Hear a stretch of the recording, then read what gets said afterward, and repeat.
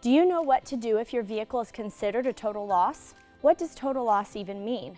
A damaged vehicle is considered a total loss by your insurance company when the estimated repair cost exceeds your state's threshold when compared to the value of the vehicle.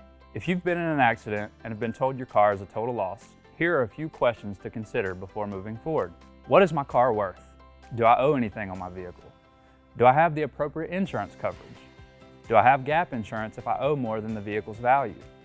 These questions and answers will help give you a head start when it's time to negotiate a settlement with your insurance. When it comes to a settlement, it can be overwhelming, confusing, and there can be a lot of misinformation.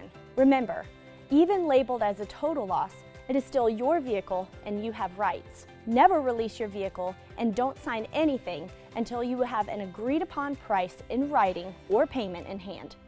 These situations are always negotiable, and you want to be sure you're receiving a fair settlement. You do not have to accept your insurance's initial offer. You are in control, and any final decisions are yours to make.